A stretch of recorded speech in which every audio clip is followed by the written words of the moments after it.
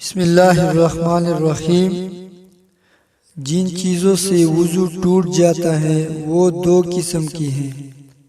Number 1، جو انسان کے جسم سے نکلے جیسے پیشاب، پخانہ، ریق وغیرہ۔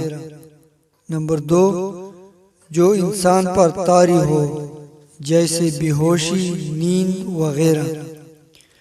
پہلی قسم یعنی انسانی جسم سے نکلنے والی چیزوں کی بھی دو قسمیں ہیں۔ نمبر 1، جو پیشاب و پخانہ کے راستے سے نکلے۔ نمبر 2، وہ جو باقی جسم کے کسی مقام سے نکلے جیسے کہ خون وغیرہ۔ ان دو راستوں کے علاوہ جسم کے باقی حصہ کے کسی مقام سے کچھ نکلنے کی یہ صورتیں ہیں۔ کوئی ناپاک چیز نکلے اور جسم پر بہے، مثلا خون، کچ، لہو یا پیپ وغیرہ، تو وضو ٹوٹ جاتا ہے، خواہ تھوڑی سی ہی بہے۔ اگر آنکھ میں خون نکل کر آنکھ میں ہی بہے اور باہر نہ ہی نکلے تو وضو نہیں ٹوٹا، کیونکہ آنکھ کے اندر کا حصہ نہ وضو میں دھونا فرض ہے نہ غسل میں، اور اگر باہر نکل کر بہے تو وضو ٹوٹ جائے گا۔ کہ میں اگر پت، خون یا کانا یا پانی منہ بھر کر نکلے تو وضو ٹوٹ جائے گا۔ اگر منہ بھر سے کم ہو تو وضو نہیں ٹوٹے گا۔ منہ بھر کے وہ ہیں جو بغیر مشقت نہ رک سکے۔ اگر خالص بلغم نکلے تو وضو نہیں ٹوٹے گا، خواہ منہ بھر ہی ہو۔ منہ یا دانتوں سے خون تھوک کے ساتھ مل کر آئے تو اگر خون غالب یا برابر ہے تو وضو جاتا رہے گا، اور کم ہے تو نہیں ٹوٹا۔ اگر زخم پر خون ظاہر ہو اور اس کو انگلی یا کپڑے سے پونچھ لیا، پھر ظاہر ہوا، پھر پونچھ لیا، کئی بار ایسا کیا، اگر یہ سب دفعہ کا خون مل کر اتنا ہو جاتا ہے کہ بہہ جائے تو وضو ٹوٹ گیا، ورنہ نہیں۔ اگر آنکھ یا کان یا چھاتی یا ناف یا جسم کے کسی حصہ سے درد کے ساتھ پانی نکلا تو اس سے وضو ٹوٹ جائے گا۔ اگر بغیر درد کے نکلا تو وضو نہیں ٹوٹے گا۔ اگر آنکھ نہ دکھتی ہو، نہ اس میں کٹک ہوتی ہو، اور محض نزلہ کی وجہ سے یا یوں ہی پانی بہے یا آنسو نکل آئے تو وضو نہیں ٹوٹے گا۔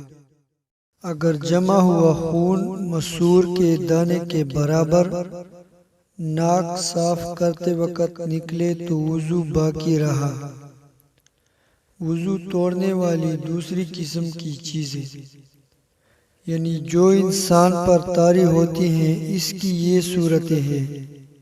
نمبر 1، نیند، لیٹ کر سونا، خواہ چت ہو یا پیٹ یا کروٹ یا تکیہ وغیرہ کے سہارے سے ہو یا کسی اور شکل پر ہو جس سے سرین زمین سے جدا ہو جائے، یا صرف ایک سرین پر سہارا دے کر سو جائے تو وضو ٹوٹ جائے گا۔ سہارے کا مطلب یہ ہے کہ اگر سہارا ہٹا لیا جائے تو وہ گر پڑے اور سرین زمین سے جدا ہو جائے۔